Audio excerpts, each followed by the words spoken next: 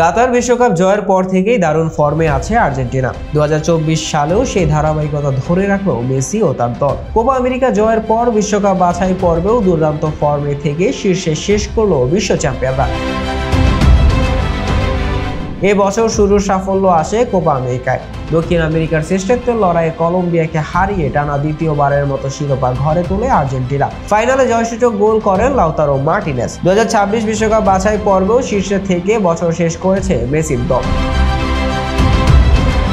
12 ম্যাচে 8 জয় 1 ড্র ও 3 হারে তাদের পয়েন্ট 25। দ্বিতীয় স্থানে থাকা উরুগুয়ের পয়েন্ট 20। আর্জেন্টিনার চির প্রতিদ্বন্দ্বী ব্রাজিলের অবস্থা অনেকটাই খারাপ। 12 ম্যাচে মাত্র 5 জয় নিয়ে তারা আছে পঞ্চম স্থানে। চলতি বছর আর্জেন্টিনা খেলেছে 16টি ম্যাচ, যার মধ্যে জয় এসেছে 13টিতে, খেলেছে 2টি, ড্র করেছে 1টি। এই 16 ম্যাচে মেসিরা প্রতিপক্ষের জালে বল পাঠিয়েছে 34 বার, বিপরীতে হজম করেছে মাত্র 8 গোল। বছরের শেষ ম্যাচ শেষে দলের গোলরক্ষক এমিলিয়ানো মার্টিনেজ বলেন, গর্ব করার মতো একটা বছর গেল। কোপা জিতলাম, বাছাই পর্বে শীর্ষে থেকে শেষ করলাম। সামনের বছর ফিনালিজিমা, এরপর বিশ্বকাপ। 2025 সালের মার্চে উরুগুয়ে বিপক্ষে ম্যাচ দিয়ে আবার মাঠে নামবে আর্জেন্টিনা। কালোনির দল ফর্ম ধরে রাখতে পারলে তাদের সামনে নতুন সাফল্যের সম্ভাবনা নিশ্চিত।